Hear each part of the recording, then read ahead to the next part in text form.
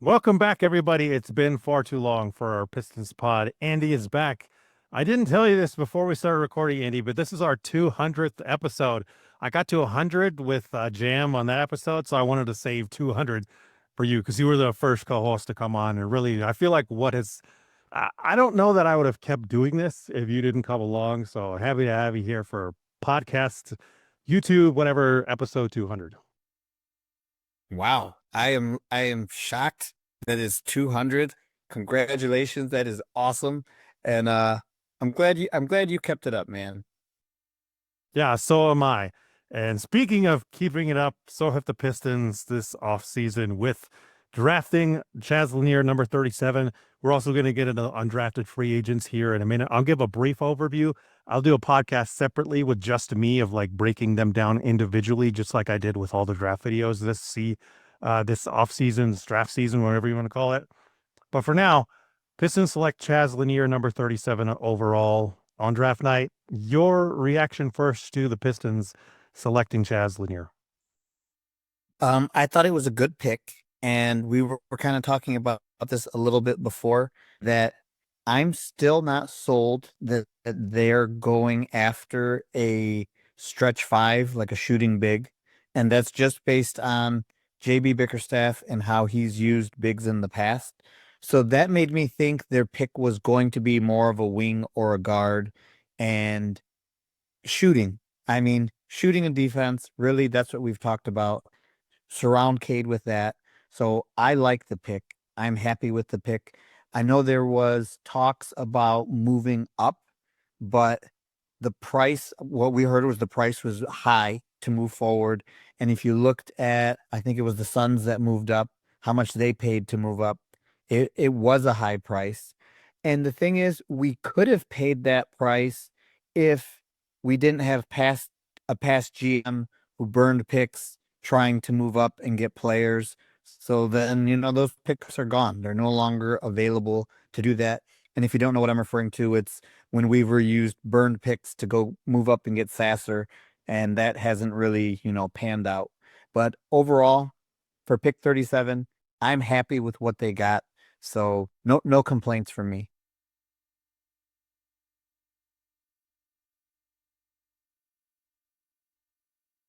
Yeah. It's Trajan did last second round last year shooting. It's clear that that has continued to be a priority, and I will maintain, especially in the second round, you draft for fit, you draft to find the role players that you're missing. Go back, every single draft has great guys that are drafted from pick 31 to about pick 40. I believe that's where Jokic went. That's definitely where Jalen Brunson went. That's where Draymond Green was picked. Like, there's a lot of good guys that get drafted, and even like the Brunson and the Draymond ones of like, well, they're superstars now, and Jokic. I'm not saying any of these guys are going to become MVP. I'm not saying Chaz Lanier is going to become even a Jalen Brunson. But those guys were drafted to fill a role, which they did, and then eventually got better and better. Even somebody like a Malcolm Brogdon, who you can think of there, like, yeah, it's going to be that. And if you just draft for fit, I think it works out a lot better, which continues to be a thing with Trajan Langdon of not like trying to overthink things and just being like, yeah, we need more shooting. Let's draft the best shooter in the draft. That, by the way, is a shameless plug for the draft podcast and YouTube video I did on Chaz Lanier. If you haven't checked that out, go check that out. That is our previous episode. Chaz Lanier is the best shooter in the draft. If you want a more detailed breakdown of Chaz Lanier's game, I did do that video. It's the previous podcast before this. Go check it out. But I mean, he's been a volume 3-point shooter and a really good one since high school, where he shot like 45.3% on 173s. Last year led a 30-win Tennessee team as the guy as mainly being a volume 3-point shooter, which he did fantastically there as well. 6'5", about measuring at 6'3" and 3/4 inches without shoes. So he's like 6'4", 6'5" in shoes, 205 pounds, 6'9" wingspan, and took 311 threes, shot it at like 38%, if I remember correctly, 39%, 37%, something like that. So yeah, Chaz Lanier, great fit, compares very favorably to our guy Malik Beasley. So copy paste Bees. You got another guy in there that one day can just fire away from three and give him the green light, and he's going to be able to reward you with being a fantastic floor spacer. You mentioned the other thing, though, that the Pistons were trying to trade up into round one, which Trajan Lang talked about in the press conference where They talked about drafting Chaz Lanier number 37 overall, but he did say the prices were too exorbitant. I'm of the mindset with you too as well of like, yeah, I think like just trading too much to get up in there. It would have been nice to get Rasheer Fleming. You know how much I loved Rasheer Fleming. But the Suns ended up trading something like their second round pick and two other second round picks in the future, if I remember correctly. So that's three second round picks to move up to 31. Like that would have had to been the offer they have to beat. And I'm not up to date on like what the Pistons future second round picks look like. I don't think they have three to just throw away like that. And my gut tells me that Trajan Langdon is operating under San Antonio Spurs conditions when it comes to the draft. What I mean by that is the Spurs under Pop and under RC Buford and this regime, they just don't trade away picks because that's one of the ways they get talent. It's also one of the ways they build their depth and everything there.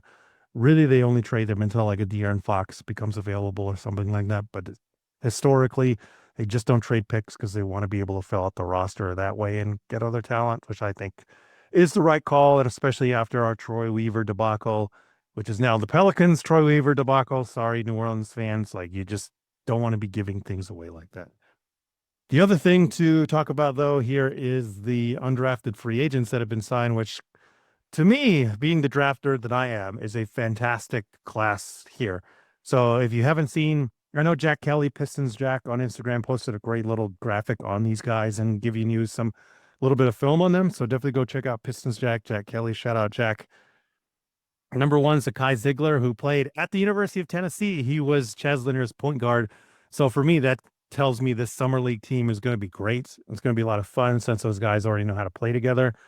5'9", 172 pounds. The guy's not the biggest guy, but this is one of the best defense players in the SEC the past 3 seasons, despite his size. And a very good point guard, setup guy, solid shooter. Other one is TJ Matlock, who's another 6'3", 190-pound combo guard. Not exactly the best percentages, played at Alabama State. So not a lot of people are going to know his game. He is kind of the definition of a scoring guard, like more attacking within the 2-point arc, less from 3-point arc.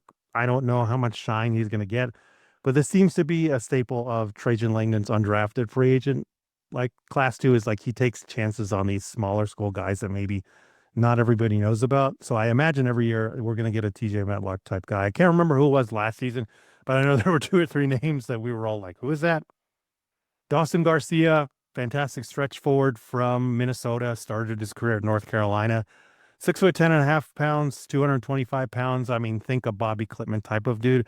He's been the leading scorer for a Minnesota squad these last 2 years and really became a fantastic stretch big.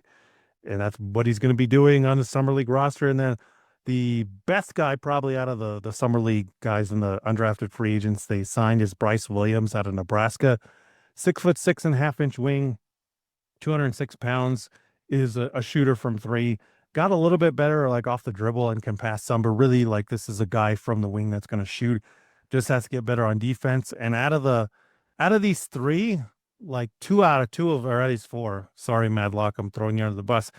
Out of these four guys, Dawson Garcia and Bryce Williams have a real legitimate shot at being like 10th to 15th man just because Dawson Garcia has turned himself into a fantastic stretch big. Like that's all he really needs to do to earn NBA minutes is to be somebody that can just fire away from three. And then Bryce Williams, same thing, 6'6" wing that the past 2 seasons has been a very good 3-point shooter. So when two of the guys you bring in already, like you can see, oh, they have a clear path to being an NBA rotation piece. Very good. And Zakai Ziegler is in the mold of the Derek Walton, Xavier Simpson, Go Blue. Shout out to those guys. G League legendary point guard that you get in your G League team and they're there for like multiple years because they know how to play the position to set up everybody else really well. They play defense.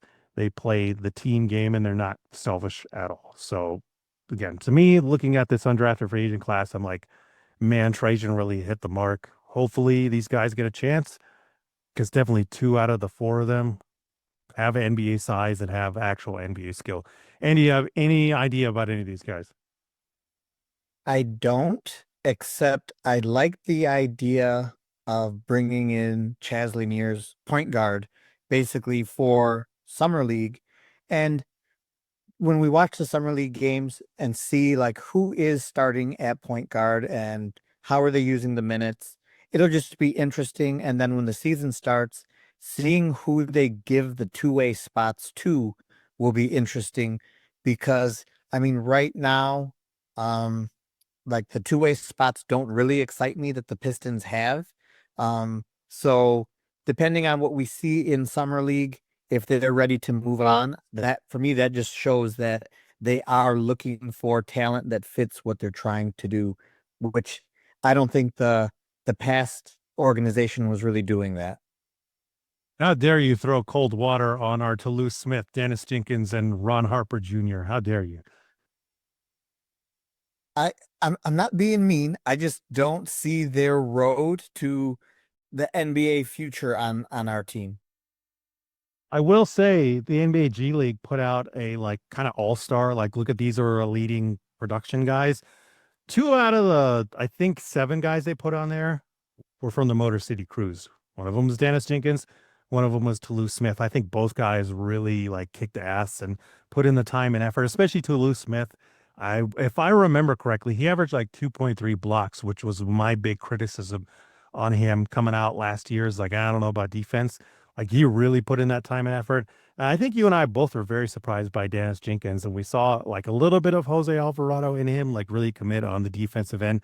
And it was just more like the shooting. So I think this is going to be a fun summer league roster if those guys all play.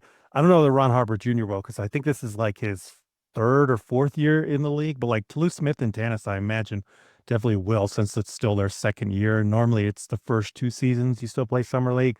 Then you have yours the guy Ziegler, your TJ Madlock, Darcy Garcia, Bryce Williams is like, hey, this looks like a real fun and like guys that could actually go somewhere. Yeah, and no shade at Dennis Jenkins because we've talked about before, like he improved, he did a good job. Like it's not a knock against him. It's just on this team, and yes, we do need have a need for backup point guard if Ivy's not going to be in that role in terms of, staggering Caden Ivy, then we would have use for a backup point guard. But I just don't see him being an NBA backup point guard, even though he's doing his job currently. Like he's done everything we could ask of him. I just don't think he has that ceiling.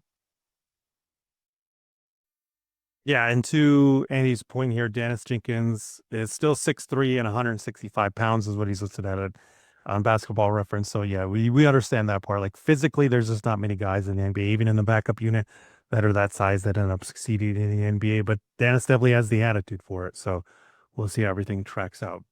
What we are mainly here to talk about though is free agency. If you haven't been paying attention, there are a couple guys that already signed deals and are off the board. Like Nas Reed, it's signed a deal and is off the board. 5 years, 125 million from the Minnesota Timberwolves. That was one of the reported names that was out there that the Pistons were going to pursue. I'm putting up on Spotrac too the signed guys already: Kyrie Irving, Fred VanVleet, Sam Merrill, which I was very surprised by, to be honest. He's somebody that we talked about. I was like, that's kind of a sleeper there, but apparently Donovan Mitchell, almost said Davion Mitchell, because I'm looking at Davion Mitchell right underneath Sam Merrill. Donovan Mitchell really likes playing with Sam Merrill, so they signed him for 4 years, 38 million. Davion Mitchell got re-signed by the Heat. Garrett Temple, keep getting them checks, Garrett. Man, like he's been around for quite a while. And it says here that the Sixers signed Justin Edwards to a 3-year deal, but they haven't released the value of it, I guess, yet. Shout out Justin Edwards, though, man. The way the Ace Bailey situation turned out, I'm going off on a tangent here real quick, but like Justin Edwards last year didn't get drafted at all when he should have, even though he fell down the board after being considered a top 5 guy. But kudos to the young man. He has handled it incredibly well. He worked his tail off, proved that he's a real dude that can play either forward spot and is rewarded with a 3-year contract. Hopefully he gets the free agency earlier because, man, he definitely has a lot of talent and a lot of potential as a good role player there in Philadelphia.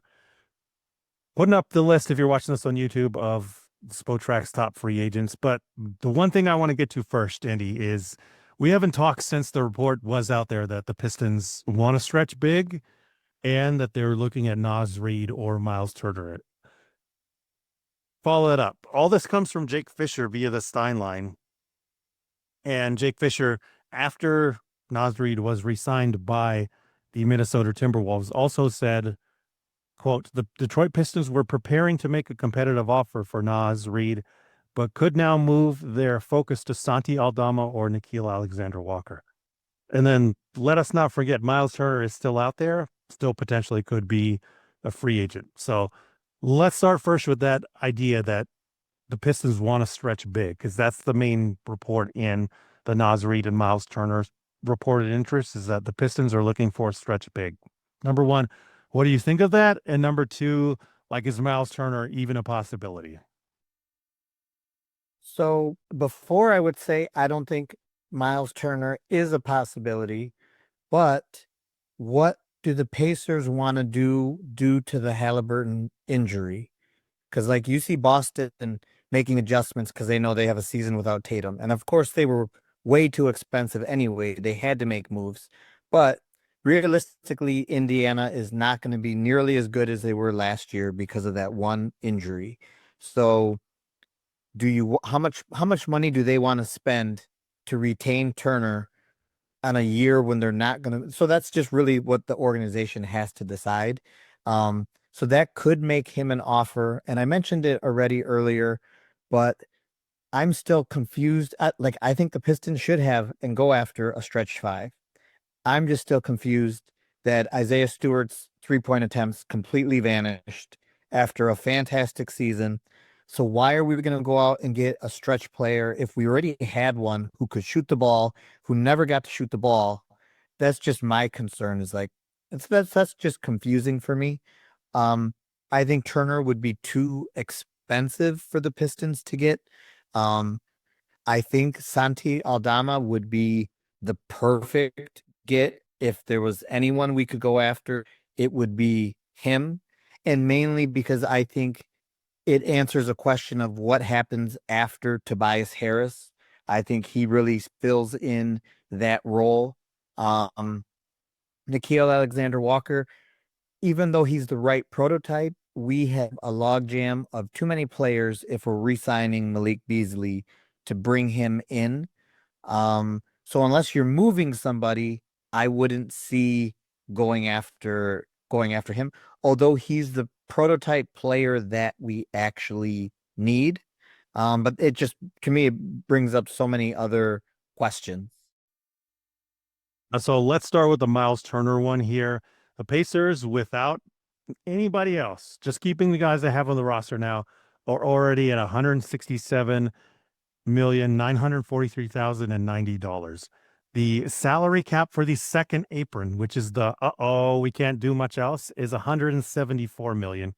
So if they want to re-sign Miles Turner, they either have to be ready to pay the luxury tax second apron, which this is Indiana, LOL. They historically they've never ever wanted to do that, even if it was at the cost of their success. The second thing they could do is trade away money. So they're in a pickle, man. I think the Miles Turner thing is absolutely legitimate because if you go back here, notice this type. Thanks to Spotrac, they always put the type of free agent or type of thing it is. Like if you notice, LeBron is at the top. They say player. That's because it's a player option. They're saying he can still keep his deal, but he's the type of free agent he would be for him to opt out of that money. The best one you want to see is this one that says UFA/Bird. That's all in blue. Anytime you see the blue one here with the UFA, that means that that player can do whatever they want. There's no restrictions on it. Their team doesn't control their contract. They don't have the player option. They are free to do whatever. So Miles Turner, if he wants to hit the market, and we're recording this on Saturday, June 28th, 2025, the deadline for teams to re-sign their own guys is tomorrow on Sunday, the 29th. So maybe we record this now, and what I'm about to say doesn't mean anything, but he can hit the market if he wants to, and there's nothing that Pacers can do to stop him. So that's the big part of it to me is number one, Miles Turner can just hit the market and negotiate with whoever. And number two, Indiana is already bracing themselves for luxury tax unless they trade off money and trade off guys that are like really important to them, like Obi Toppin, Aaron Nesmith, TJ McConnell. Like those are the three guys that probably have to go out. 14 million for Obi Toppin, 11 million for Aaron Nesmith, and then 10 million for TJ McConnell. And even then, like that just keeps them out of the second apron. That doesn't necessarily keep them from paying a lot of money because Andrew Nemhart's deal kicks in. He's making 18 million next year. And then after that, I mean, it would be crazy talk to be like, well, I guess we got to trade Pascal Siakam and Tyrese Halliburton, who are both making 45 million each. And if they are considering doing that to re-sign Miles Turner, then just throw it all away, flush it down the toilet. Like, what are you even doing? Um, so I do think the Miles Turner thing still is a legitimate thing. And who knows, maybe he's using like the Pistons as leverage for it. But in that case, they can go and negotiate with Miles. They can say, hey, this is the number. And then they can go back to Indiana and be like, hey, do you actually want to get something back in return for Miles? Then you can talk about the sign and trade stuff. Um, and the money, I think Brooklyn was the only people to like outright offer Miles a max. And I don't think that's the case anymore because they drafted, I believe it was 7 rookies. So it just like killed their cap space, which is really weird. I didn't think they'd use all those picks, and how they used them was bizarre. In our draft show with Jim, we'll get into that. Trust me. Um, so yeah, Miles Turner is definitely, if he's gonna leave, it's probably in a sign and trade. So I think the Pistons are still very much in that conversation. Tobias is only a 1 year deal, right? And that frees up another 26. What they have free is 24 million. What is that? 52 million. Like now we're in the ballpark, even if it's just Tobias, right? Um, and then they can throw Ivy in there. I don't know that Ivy like makes sense for this team that already has like Halliburton, Nemhard, Ben Shepherd. I know they have another guard there. I guess Furphy's like coming up. So I Mather. don't know. Yeah, there we go. Well, Mather is more the wing. They don't play him so much like at the guard spot. So yeah, I don't know that Ivy would make sense there, but there's also the Jalen Duren who's cheap, not re-signed yet. Like they need a center if probably coming back if they're unloading Miles Turner and doing the sign and trade. So while it is a super small possibility, I don't think it's like completely ruled out there. And my thought too is also like if that report's true that the Pistons were ready to make a like real offer to Naz Reid, like they're ready to trade somebody probably, right? Well, I mean, you have to be ready to trade someone if the report is real that they were going after Nas, that they had an offer ready. Because if you're bringing him in, like you don't have, there's no room. Like, and then that's the thing for the Pistons, in my opinion. They don't their roster is full already before free agency begins. If we just assume that Beasley's coming back, just Beasley, in my opinion, they already have a full roster. And anyone you're getting is going to be at the expense of somebody else's minutes unless you're planning on moving them. Because like Asar, in my opinion, needs more minutes. If he's healthy, he needs more minutes. If you want to continue to develop Ron Holland, needs more minutes. And yes, Fontecchio can play less, but he had a bad season. I'm not completely out on him. Like I think he's too good just to say he's done. I think Steve's done with him. But I'm like, no, that he had a bad year last year. Do I want to like move off of him? If we can improve, sure. But if we keep him and run it back, I don't have a problem with that at all. So that would be a spot where we can upgrade. But I just think whoever you're going to bring in, you need to be ready to see someone go. And that's what I'm not sure of. So the first two names we're going to talk about, Miles Turner, obviously, and the second one we're going to talk about, Santi Aldama. They both probably necessitate that Tobias goes just from the money sake.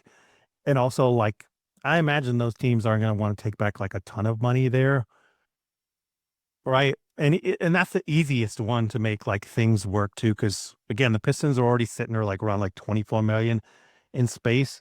In order to pay Malik Beasley the non-taxpayer mid-level exception, they have to reach the salary cap first and then give him that contract. So like a Miles Turner, that I mean, that's easy, right?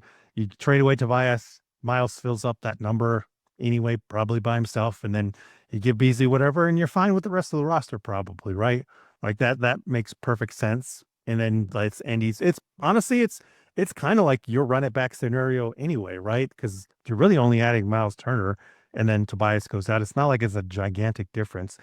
Sure, you probably have to work out like what happens at center, right? Because then you have all three of Stu Duren and Tobias. But again, it would make sense to just send out Tobias and Duran.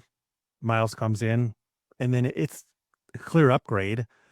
The only thing to me that kind of throws a monkey wrench in this is the press conference that Trajan had pre-draft. He said, "We're not going to do anything outrageous." But what is that? The definition, right? I don't know what the definition of that is really. Like, it's outrageous is obviously trading 5 first-round picks for Desmond Bain, and I believe he was responding to the comment about that kind of a trade. So it's like, okay, yeah, that's clearly outrageous. But like to me, trading Tobias and Duran, or even if it was trading Tobias and Ivy for Miles Turner, that's not outrageous. Maybe I'm off base with that, but again, to me, I'm like, it is veering on that territory to like maybe it's not. But again, GMs, it's lying season, as Scott calls it. Shout out Scott. You say one thing because you're trying not to show your hand. Yeah, I mean, I think in those situations, if you're looking at giving away, I don't want to say giving away, but trading away assets to get Miles Turner, I don't think that's a good free agency. I mean, I think you're better off like getting a player just on money from moving. Like, let's say you got to send out a second to move Fontecchio to then get the money to go get, whoever you're getting. I think that if you're signing Miles, but you're giving up like Ivy in the process of it, I think that's too high of a price to pay. So you say something like moving Fontecchio and Duran, which would be like 14 million. So 24 plus 14 is what? 438, 48, something like that. Again, that's still enough to get Miles, right? Oh yeah, that's should be more than enough to get Miles, and that's the thing where I'm still not huge on spending for the center position, spending that much money. I need to find the stat, but Miles Turner is the first player in NBA history to have over a certain amount of threes and over a certain amount of blocks in the NBA playoffs. To me, that's somebody you go out and spend on, and it's clear like the impact he's made. And Indiana is one of the dumbest franchises for how they've like handled his situation. The report was in February that he wanted at least 30 million. I don't know if that's true or not, but I mean, if that's true and they didn't want to pay him that, like, what are you doing, man? Like, what did you just had a great run and he was the second most important player and you didn't want to pay him 30 million. That's why you're in this situation. Yeah, I think the injury really puts them in a tough spot because I can totally understand spending the money when you went to the Eastern Conference Finals. Your goal is to go back there again, but now the road is going to be so difficult. It's like, can you really have that expensive of a team? So this might be the opportunity for the Pistons to go and try to snatch them. Yeah, and for sure. And it's also like maybe they look at like Golden State or I'm trying to think of another team where their star was injured for just 1 year. And then they came back and they won the title. Like I imagine like India, I know I just called them stupid, but the way they built the team, like they've took a long-term approach to it. So I imagine they look at this now and they're like, next year is just like a gap year, like whatever, right? Let's go and get something else and spend time to develop and figure out what's going on. So that to me, like you said, it does throw a monkey wrench into their plans and like what they want to do. And like if they let Miles go, then yeah, that makes sense. And if they eat like a Tobias or whoever for just 1 year, like why not? Like they're not going to be the same team they are next year anyway. So you got to eat it just for 1 year. The other one that's very complicated though, let me see if I can find him down here. If you see him before I do, Andy, let me know, is Santi Aldama. Oh, I don't know. I just do this. The Spot Track made this easy for me, and I'm making it more complicated than I am. Free agent types, restricted free agents, and we got Santi Aldama from the Memphis Grizzlies, restricted free agent. And Jake Fisher is reporting that the Pistons are looking to get it. The only way they can get Santi Aldama is two ways. Number one, they sign him to a contract that is so big the Memphis Grizzlies are not going to match it. And the other one is a sign and trade where they work with the Grizzlies saying, hey, what do you want for this guy? Are you going to re-sign him? What's your number? So either way, they're either having to open up a gigantic amount of cap space to trade out guys like we just laid out, or they're working with Memphis to trade somebody away. It sounds like you're leading towards this isn't the best thing to do? Number one, would you want to do it? Number two, what do you think it costs to try and even get a Santi Aldama? So my question on this is the the timing on how the Pistons have to do things. Like, would they have to renounce the rights to everyone before they put in their offer to get him? Or is it something that they can put the offer in of like, this is what we want to pay him? Because I know that their money gets tied up while, for that process. But just timing wise, because if their main plan is just to re-sign Malik Beasley and pretty much run it back, then it doesn't really matter if their money's tied up if they've got this commitment with Beasley. And in terms of whether they give them the non-taxpayer mid-level or whether they're signing him with cap space or however they want to do it. If they can put the offer to Aldama and then it doesn't work out, we still re-sign Beasley, we run it back. Like if that is something that could happen, I am completely fine with them giving him an offer and then sitting and waiting and letting free agency go by. Because all we want is Beasley, in my opinion, to run it back. And then minimum point guard or whatever, just in case the wheels fall off during the season. But I would be fine with that. But if you can't do it that way, then I would have more questions. Because for me, getting a solid four is like the biggest need for the Pistons. And Aldama would be one that long term, he's young. Like he would be a long term piece. And I think someone showed some stats about just how much better he is than Tobias at this point in their careers, where that would make a legitimate jump for this team. And depending on what you have to give up to get him, I think he's like the number. And you've talked about this for months and months and months. You were like, that's the guy that we want. And just the way that free agency has worked out, there's not a lot of teams with cap space that can offer him more than the non-taxpayer mid-levels, like 14 million or whatever it is. So if the Pistons can create a little more space and have a bigger offer, now the question is, would the Grizzlies just match it, or would they be like, okay, nope, we'll do a sign and trade, we'll figure something out to make this work? So, but I would love going in this direction. Yeah, the two part of this is really hard because number one, what does he cost?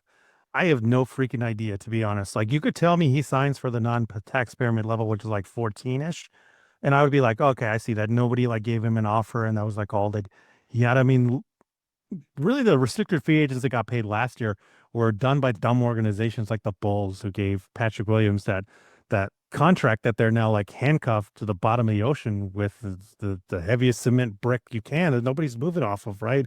Everybody else is like, yeah, we'll just wait it out. And then like Isaac Okoro signs for a really sweet deal and things like that happen, right? So I'm like, okay, I could see that kind of happening with Santi Aldama. And then you could tell me he makes like 30 million, which again, I would be like, okay, that's makes sense. He's like a stretch big. He's 24 years old. He's up and coming.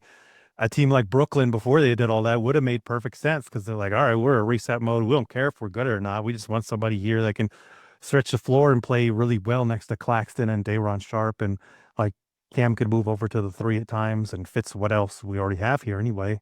And they drafted like 5 point guards anyway. So Saudi doesn't have to create it much for himself. He could just stand around. But again, I don't know what their cap situation is like. And I don't even know if they have roster space for Santi Aldama anymore either. And then the second part is like, okay, whoever signs him, if they do a sign and trade, like what does Memphis want back in return? They just traded away Desmond Bain for that gigantic haul, 5 first-round picks. So that does worry me also. And then the third part of it is Jaren Jackson Jr. I imagine he's their priority, which he is. I think he's eligible for extension this offseason because he's going into the last year of his contract. The reports are they don't want to trade him. I mean, he's going to get max defensive player of the year, consistently a league leader in shot blocks. He's probably making like, I want to say it's like 50 million because he won defensive player of the year before. So I think that kicks into like the incentives and things that he has. So I want to say it's like 50-ish million is what he's going to be averaging. Like this is going to be an expensive team. They really haven't gone anywhere. So I mean, it's a fascinating situation. What's going to go on? It's clear that we like Santi Aldama.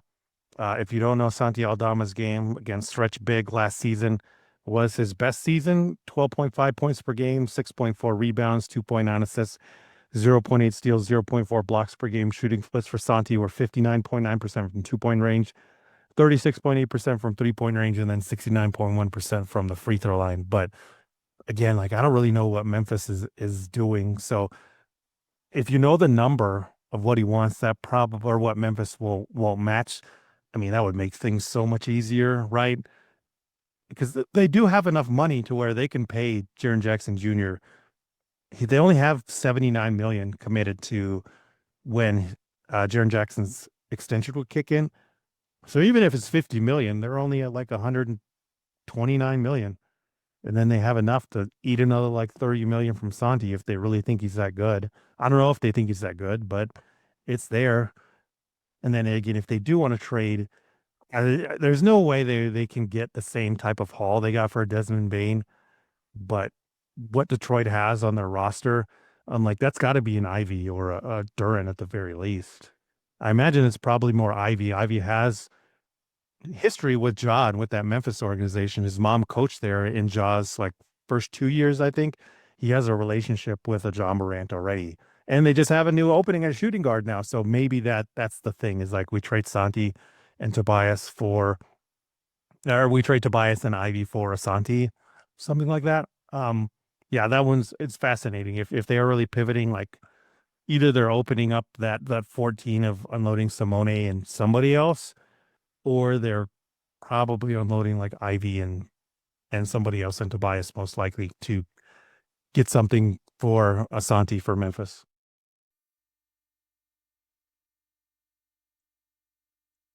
I feel like we're gonna look at his situation at the end and be like, he either got overpaid or what? The Grizzlies got to keep him for that little, and that's that's unfortunate. But like you said, if we knew what that number was, because if you could get him for like 20 to 25 or something, it's like, wow, that is a great contract. But is that price enough to make the Grizzlies not be like, nope, we're just going to match it, and then we've got to move these things around? That's what makes it tough. So the third guy in that report of what's been reported so far, Miles Turner, Santi Aldama. The third one was Nikhil Alexander-Walker, who, thank you God, he's an unrestricted free agent. He is absolutely going somewhere else for certain because Naz Reid, now with that contract, Minnesota's already in tax hell. I mean, they can't pay Nikhil anymore what he's worth. And what he's worth is probably like starting at 14, 15 million. He's an unrestricted free agent. He's 26.8 years old. You talked about the fit concerns. I don't have those fit concerns. Number one, because Tim Hardaway Jr. is out of here. There is a world in which Ivy goes to the bench, and we have a starting lineup of something like Kay Cunningham, Nikhil Alexander Walker, Asar Thompson, Tobias Harris, and then Duran or Stu. Whoever, I mean, it's Duran probably, but they played interchangeably. And then Ivy's on the bench with Beasley. We got a Bobby Clement coming in.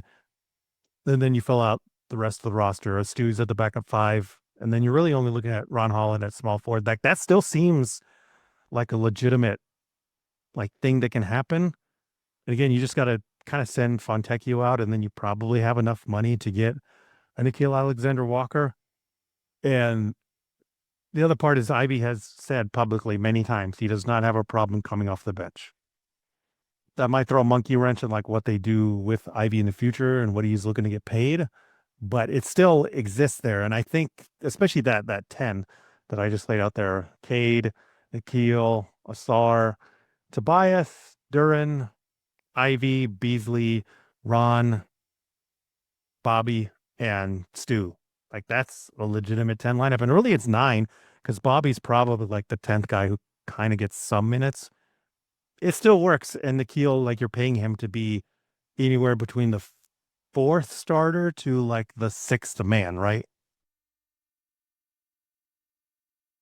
So the thing, the issue that I have with that is like Malik Beasley was like sixth man of the year consideration because his season was fantastic, but he averaged like 27 minutes a game. So if you do bring him in, Nikhil Alexander Walker, and you move Ivy to the bench, I just don't feel like you're getting enough minutes for all of them. And maybe you play Nikhil Alexander Walker a little bit at the three, but it's like if you just look at the minutes Cade, Ivy, and Beasley averaged last year, you end up with like 4 minutes left in the guard position. And it's like that's why having a Sasser or a Chaz Lanier, that's why they make sense as far as we're not asking for a big role for them. That's why it makes zero sense for the Pistons to bring back Dennis Schroeder. Just let me throw that in there. He better not come back. Zero sense to bring him back. Um, but because you're not maximizing like their minutes, that's where I just think it's crowded. I think it's crowded when you're bringing him in. Um, yeah, that's where I just think you end up having to move someone if you just want to get the maximum for the maximum value for the money you're putting out. Number one for me is like this is the Tim Hardaway Jr. replacement for sure. Probably doesn't put up the volume of threes that Timmy does, but he's still consistent 3-point threat that has to be guarded. And number two, he's a far superior defender. So I think it would only be an issue if like he needed usage, but he doesn't need usage. He's going to eliminate a lot of those, super inefficient shots that Timmy did when you give him a little bit more. He's going to add more on the defense, and he supplements who you already have: Cade, Asar, Ron, Ivy. I understand like the concern of playing him in there and where does he go, but again, this isn't somebody that's ever indicated that he's not fine with being like the seventh man. He's totally fine with being in the rotation. I think his issue is just now he more wants to be paid. His last contract was only like 4.5 million. I think that's probably where it comes in. And Fontecchio minutes go away. The only reason I want to give up on Fontecchio, he's an expiring contract, right?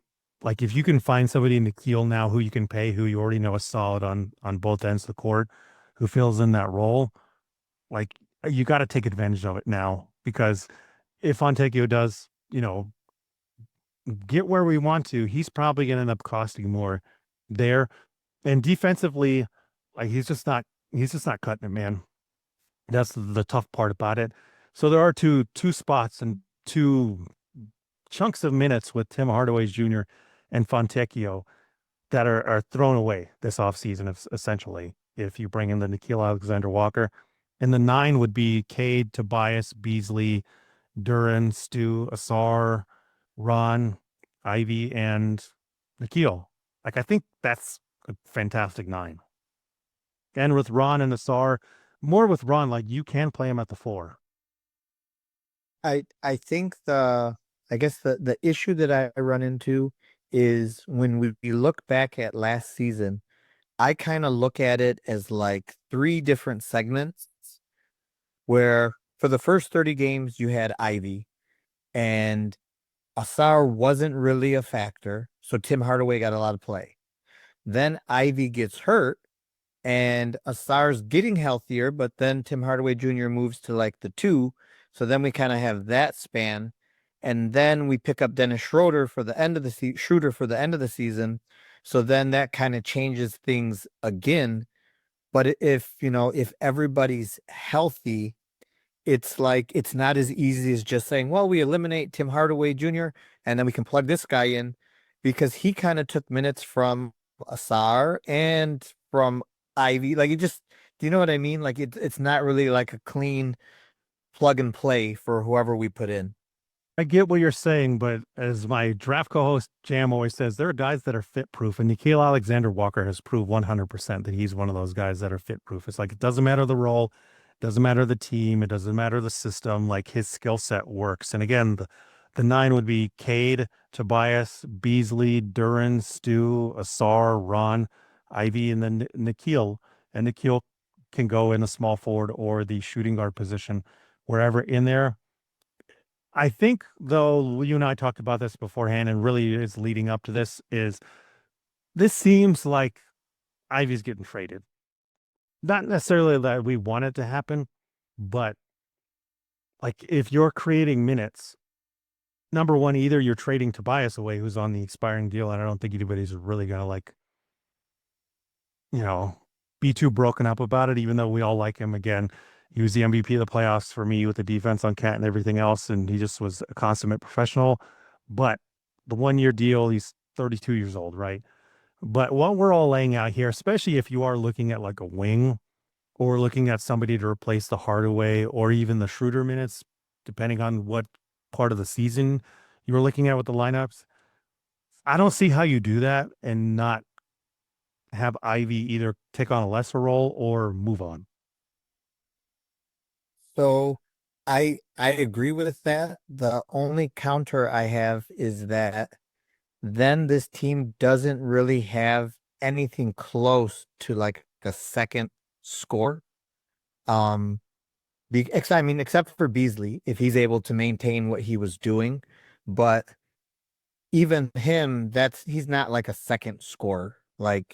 Um, and even Ivy may not even be a second scorer, but if you pull him out, like there is nothing else besides Cade generating basically everything on this team.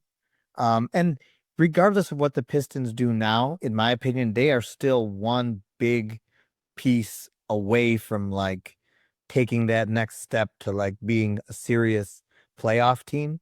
But without Ivy, if you're not bringing in someone like, even though Nikhil Alexander Walker is a good plug and play player, he's not someone that you're expecting like dramatically go up or his offensive role to dramatically go up. Same thing with Santi Aldama. And maybe I could be wrong, but I think they're excellent fit players, but I don't think there's someone that you're going to be like, okay, we need more scoring production and we expect them to pick up the slack. You know the problem with that argument, Andy? What's the problem? We had 52 games last year and 5 playoff games without Ivy, and they still look pretty damn good. They they looked good, but they I just think they didn't have enough scoring. They didn't. And I know from compared to what we were used to seeing, like they made a big jump forward, but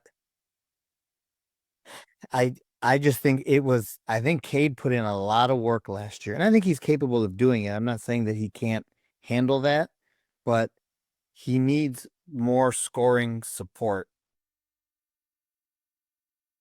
Yeah, and I get what you're saying too. Like, so Ivy's the closest thing we have to like a second scorer, but there's two trains of thought. I'm having a lot of like,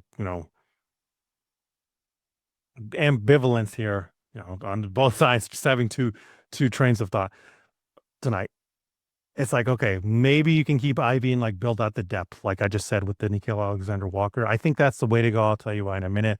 And the other one is like, well, we don't believe Ivy is like that number two scorer.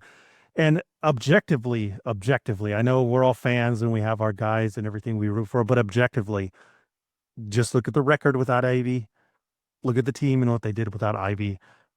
I can't, like, I really can't say that Trajan hasn't had that thought of like, you know, we're pretty good without him.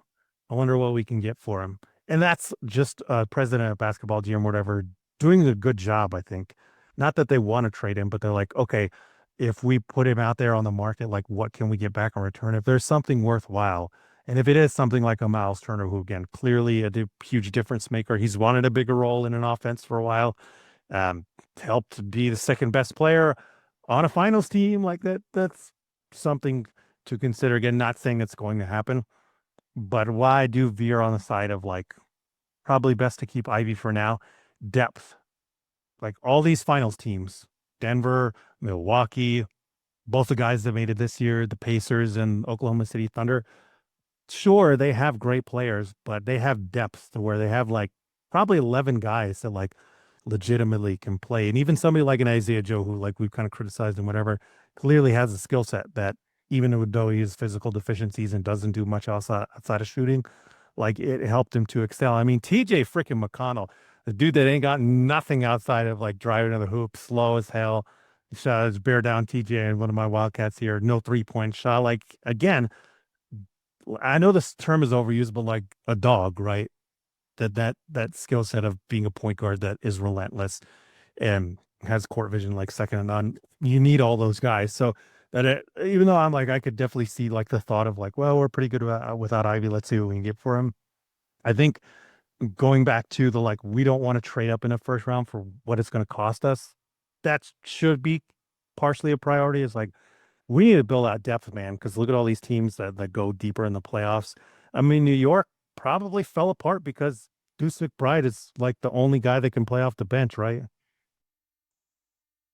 So, like when we look at the season in terms of like different phases based on health last year, like the team did play better without Ivy, but we also got to have more of an impact from Asar the second half of the season, and Duran played better for the second half of the season. And and we haven't even talked about him, and we don't need to go to Duran tonight, but that's the part that makes me wonder, like if we had Ivy in Tim Hardaway Jr.'s role, does the lineup still work the same? Is it better? Or, and it's like, for me, it's like, you don't know until you do it. Like, you got to play it. And because what if it does work really, really well, and I think if it's not, I still think you can move those players. But it is not an easy situation because just like you, I feel myself going in both directions, making a case on both sides. Yeah, I mean, you and I have talked about this off camera, but we'll probably get into it in like July and get in a train all the way in the train campus. Like it does kind of seem like there's a I don't know what the fight's not the right word, but like there's this idea of do you give Ivy more usage or do you give Asar more usage? Because it just seems like you can't do both. And again, maybe it's a false dichotomy. Maybe it's just something that's not there, but it does seem like that with how last season played out. Like I said, they gave Asar more usage and Ivy wasn't in there. And it's like Tim Hardaway was such just a gunner and dude that you kick the ball out to and shot a three that it's like it's hard to imagine like Ivy being in that role and like that Asar would be able to do all that he did without that kind of a guy next to him. So yeah, it's tough to see that right now, but again, depth. That's why I'm saying for the Nikhil Alexander Walker one, that seems to be the easiest get right now without having to really trade like anybody that was super useful and somebody that you want to hang on to long term. And it builds out their depth. Any signing they can do this offseason that helps build out their depth and brings in a guy like Nikhil who's fit proof, sign it. You got to sign it. You're convincing me. You're convincing me that and and at the same time, like because I agree with you that if you can bring him in on a good contract, which right now, because of the limited teams that have cap space, it's like all you have to do is beat that non-tax pyramid level and you can pretty much get him. It's like you have a player that if you decide you want to move him, you can still get value for him because he's the quality player who fits anywhere and his deal isn't ridiculous. So, yes, you are convincing me. So let's get into the rest of the guys because last time when we did this, we listed off a bunch of players that we thought were like actually affordable: Amir Coffey, Ty Jerome, Matisse Thybulle, Trey Lyles, Aaron Holiday, Torian Prince, Larry Nance Jr., Monte Morris, Luke Cornett, Jackson Hayes, Sandro Mamushkalashvili, AJ Green, Gershon Yabusele, Lonnie Walker the fourth, Landry Shamet, Taylor Horton Tucker. Bring back B-Ball Paul. Bring back Lindy Waters. Like out of the rest of the pack, outside of Nikhil, outside of Miles Turner, and outside of like working out something for Santi Aldama, is there anybody still that you're like, yeah, they should still go after this person? Well, what do you think of like a Jake LaRavia?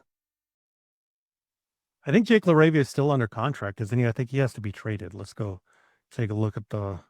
I think he's on the Kings now. Oh my gosh, there's been so many trades. I can hardly keep track anymore. Do you know off the top of your head, Andy? I believe he's Kings, but I think he's a free agent this year. No, he still has a team option, so I can't imagine they're gonna. He's still on his rookie deal. I can't imagine they're gonna turn that down. Oh, okay. Huh. For some reason, I thought he was available. But Uh, the other guy is Keon Ellis. I think maybe he's the other one for the Kings. um,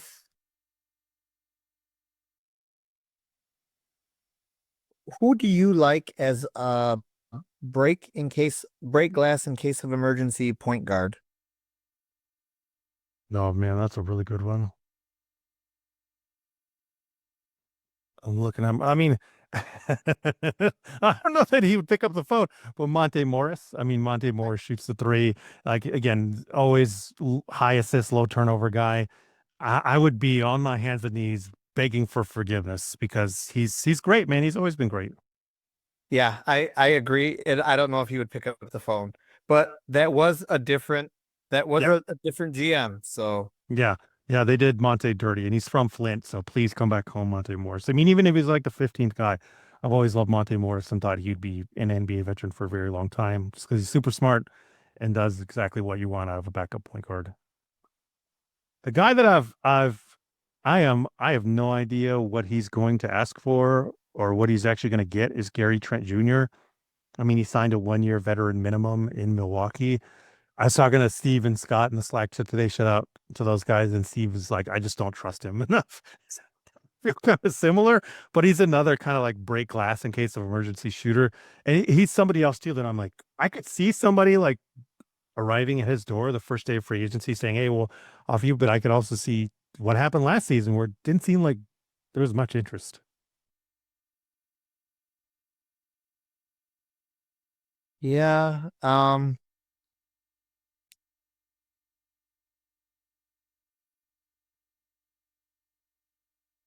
Wow, that's your thoughts on Gary Trent Jr. It's warranted.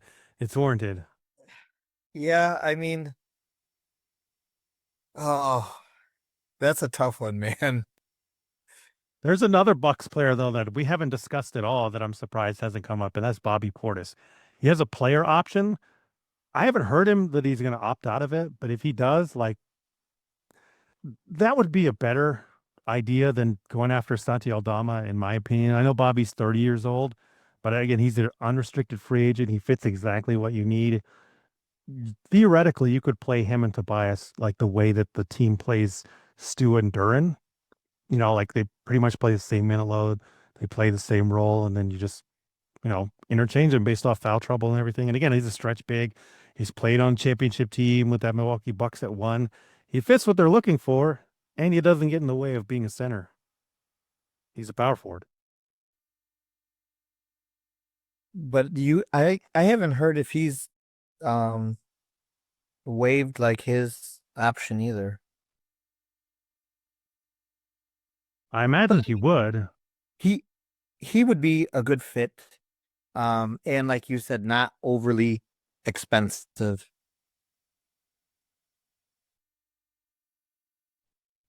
Any idea on the third big? And I only bring this up because Stu has had injury issues, right? During sometimes the NFL. I mean, we saw enough of Paul Reed last year that it's like that third big, like probably should be priority number three after like whoever your big for how after Beasley and whoever the other big signing you're trying to get. I would love just to keep B-ball Paul and bring him back again. I would be completely fine with that. Another underrated dude, I think, is Jackson Hayes. Like I would honestly, if they don't bring back B-ball Paul, then bring in Jackson Hayes, super athletic dude. He's another lob threat for Kate. I think he was solid with Los Angeles Lakers, but they were such a mess, outside of Luca and LeBron and Dorian Finney-Smith. I mean, everything else is just like whatever. And then they, everybody roasted JJ Redick, and for good reason of just not playing him in the playoffs. It's just like he was good, man. He wasn't junk. There's no reason why he shouldn't have played at Jackson Hayes. And for your third big, for a dude that's that tall and that athletic, yeah, sign me up for that. Yeah, I mean, and even though I say like run it back, like almost every NBA roster out of the 15 players has like five new ones on like every single team. It's not like anybody brings back like all 15 guys again. And then the other one to me that I'm like, I don't know why nobody is discussing this, and maybe the contract isn't what I thought it is, but Keon Ellis. I mean, Keon Ellis is a defensive monster.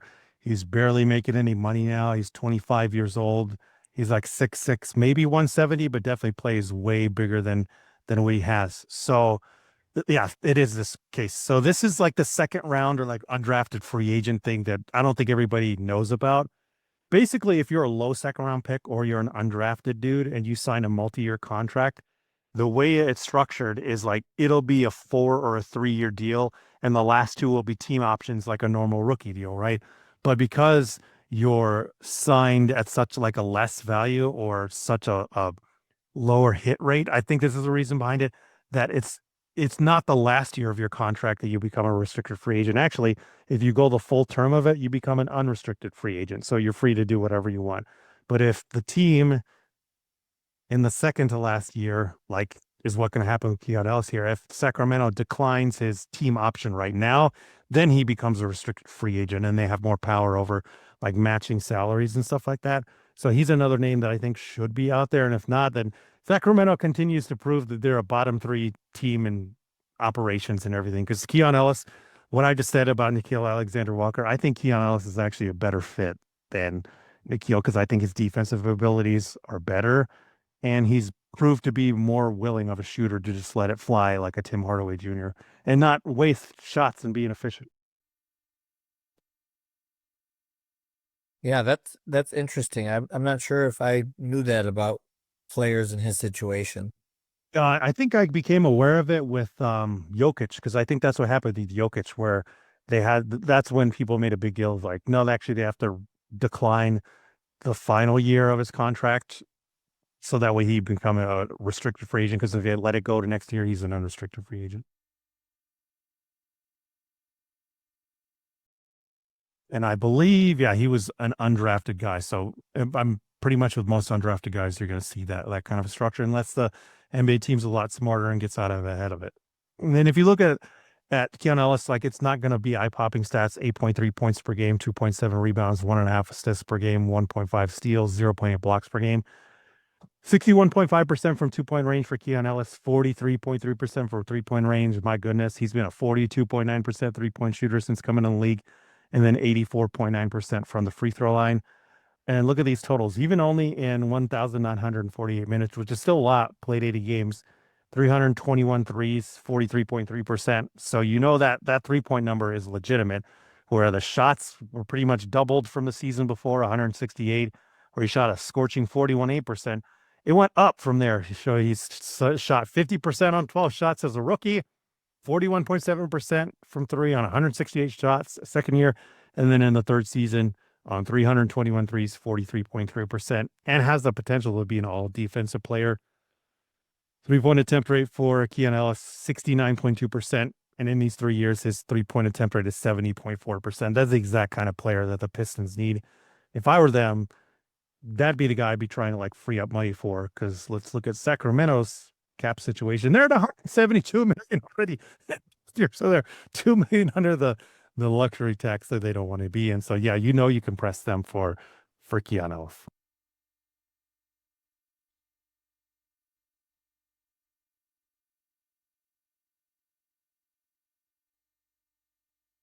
Any Keon Ellis thoughts, Andy?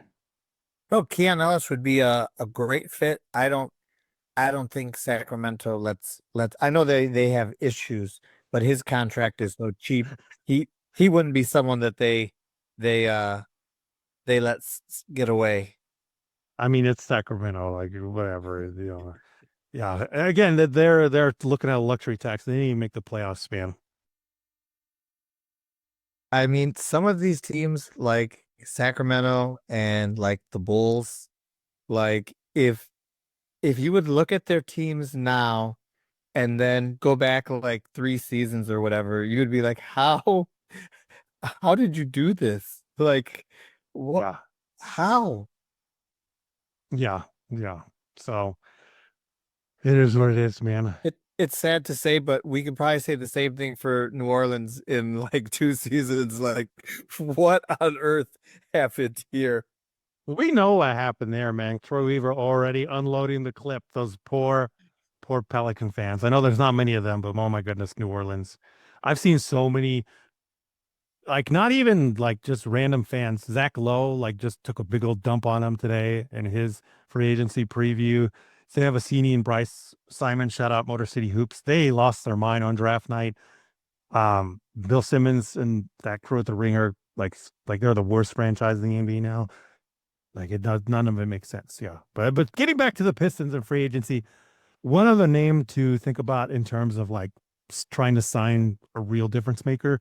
Duncan Robinson has an opt out in his contract. I don't know if he's going to take it, but it was mentioned in Zach Lowe's free agency preview as well as like it seems like he'll opt out of it and then might just be to resign in Miami. It might not. So if Zach Lowe's reporting it, then there's a real legitimate chance that like Duncan Robinson can be out there. And defensively, obviously, doesn't work. But another guy who's been a very big difference maker for a team that's made the finals, who made some deep playoff runs, right? Yes. Any interest in a Bruce Brown? Man, if we had more shooters, or if I knew Chaz and Bobby Clement would come in right away and play, then yeah. I mean, we've loved Bruce Brown when he was here. We're sad to see him go because we just thought he could always be a really good junk defender, which he ended up doing fantastically and helping Denver win the title. They definitely miss him there. And he'd be great here. It's just I don't think it can work with Asar and Ron already. Do you think Tim Hardaway Jr. is back on the roster this season? No, well, again, with the reports out there of like who they're chasing, like unless Timmy's cool with signing a veteran minimum and then like having no minutes, I don't think so. Any other final thoughts or names here you want to bring up before we get out of here? I got nothing. I mean, No, Amir Coffee. Amir Coffee would be someone that I think totally fits if we strike out on all these other situations. Bringing in Amir Coffee, I think is fine. yeah, for sure. And if you're like, okay, we tied up all our money with Beasley and we need somebody cheaper, then yeah, Amir Coffee played great last year. 9.7 points per game with the Clippers, 2.2 rebounds, 1.1 assists, 0.6 steals, 0.1 blocks, 52.9% from 2 point range, 40.9% from 3 point range, and then 89.1% from the free throw line. I mean, he's really just a 3 point shooter at the small forward, the shooting guard spot, 6'7", 210. He's going to make somebody very happy as a sleeper pick. Maybe he ends up re-signing with the Clippers. Yep, that was just. But I mean, that's other than those bigger names we talked about in the beginning. I think that it's just little things around the edges which would be good to help for depth. Like you said, the team needs to have depth because that's what everybody has. Well, the elite teams have now. Yeah, and another guy to bring up to where, like, okay, say they just re-sign Beasley and then their money's tied up. They can go after Amir Coffee, and they can also go after Astandro Mamushkalishvili, who's a stretch big like they wanted. 6'11", 240 last year with San Antonio was a breakout season for him. 6.3 points per game, 3.1 rebounds, zero point 0.8 assists, 0.4 steals, 0.3 blocks per game. 67.5% from 2 point range, 37.3% from 3 point range, and then 74.1% from the free throw line. He played 681 minutes, definitely due for a little bit more of a role. And even then, like if he just plays that same role here with the Pistons, then he has a 62.8% true shooting. And you're like, all right, we got to stretch big. Maybe it wasn't the big fish that we got, but bringing in something like Amir Coffee, Sandro Mamashkilishvili, both guys that fit the positions we need on the wing at the big man spot. They're both good 3 point shooters, and then you bring back Beasley. That seems to me like we're building out depth and again a smart use of your money rather than throwing it all at one big fish or trying to do like the Santi Aldama thing, which I like. But if it's going to cost you like all these extra assets and stuff, then I don't know, man. I don't know if it's necessarily going to be worth it. Yes, no assets, no assets going out. Yeah, like the Miles Turner one to me is the one that just if you can do it for like Tobias and Duran, yeah, holy right. He's such a big difference maker. You give him the money he wants, he can. end up being a number two. And then you keep everything else there to where, okay, maybe he's still not a number two, but you still got Ivy, you still got a Sar. They can still duke it out for development there. And then Miles is a two-way terror that helps Cade in so many ways. Do you think Duran could get the same return that the Hornets got for Mark Williams? What did the Hornets get for Mark Williams? I don't remember. I think they got like 2 first-round picks. They got number 10 and something else, right? I believe so. Yeah. No, wait a minute. Let's go look this up because that's not right, I think. Mark Williams trade. I think number 10 was for KD. Oh, they got so many things going on over there. The Suns made a lot of good moves, in my opinion. Let's see.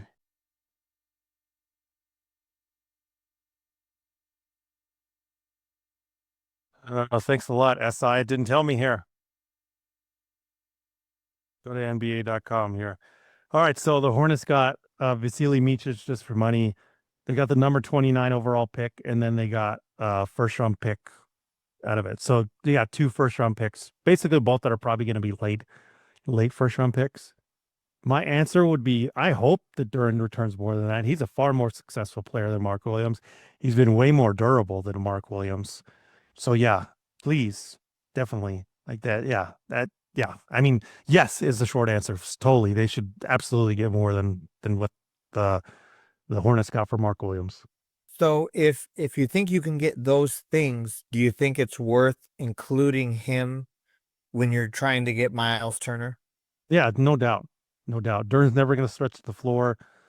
Some people believe Duran's going to be good on offense. I don't think he'll ever be as good as Miles Turner, who's again already proven to be a great player on a finals team.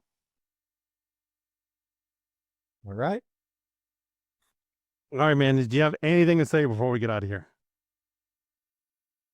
This is going to be a very even if we end up getting nothing, this will be a very exciting free agency. It's nice. It's nice to be doing this about a team that we're looking at making the playoffs again and trying to take a step forward versus a team that we were like, God, please help us win more than 20 games. Oh, You know what also is nice is like every reported name we've heard this offseason, you and I were like, oh, yeah, yes. Remember the days where we were like, oh, gosh, what are they doing? yeah. And not feeling like these teams won't even like pick up our like these players won't even pick up our calls. Like it's God, that feels good. That feels so Yeah. much. Who knows if the reports are true, but the names too, they're not like LeBron or James. It's like, no, these are clear guys that fill a role and a need and like actually would like if you look at it just from an objective standpoint, like, yeah, why wouldn't they come here? Clean next to Kate Cunningham will give you like as many easy shots as you want. Yeah, no, I mean that feels so much better. That feels so good. Yeah. And I don't think nothing's going to happen. At the very minimum, they're either re-signing Beasley and then that's it, or they don't re-sign Beasley and then it's wide open of like, oh man, now I wonder what they're going to do. Yeah, I think Beasley's coming back for sure, and then we'll see if they do get. Uh, so, what are the odds that you think they get one of Walker or Aldama? I think it's pretty high. Like they do have the stuff to line up. I think it's more likely to get somebody like a Nikhil Alexander Walker than Aldama. Again, Aldama, there's just so many other things of like what kind of contract does he want? Okay, what are the Grizzlies get him back in return? Like any restricted free agency is so difficult. I think too, if you look back in the past 5 or 10 years, ever since I think it was Alan Crabb. Do you remember that whole thing with like Brooklyn and yeah, I think ever since that teams have been like, we don't even want to bother with this. Yeah, and if they got Nikhil Alexander Walker and Beasley this offseason, I think that's a great offseason. Like I really do. Yeah, and even if it's to quote unquote lesser guys like Sandro and Coffee or even like Ty Jerome has been laid out and things like that would be great too. If they can get another shooting wing, if they can get a stretch big, fantastic. Right, man. It was nice to catch up. Yeah, great to get back together. Hopefully, we can get to this on a regular basis now that my schedule's hopefully knock on desk, like okay and calm. Andy, let everybody know where they can find you before we get out of here. You can find me on Twitter at D_D_Pistons_fan.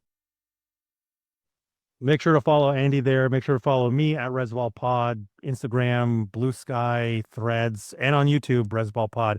There, subscribe. If you haven't, give us a like, leave us a comment, tell us we're idiots, tell us you like our, suggestions or whatever suggestions you might have as well. So yeah, thank you so much for listening to us. We'll catch you next time. We're going to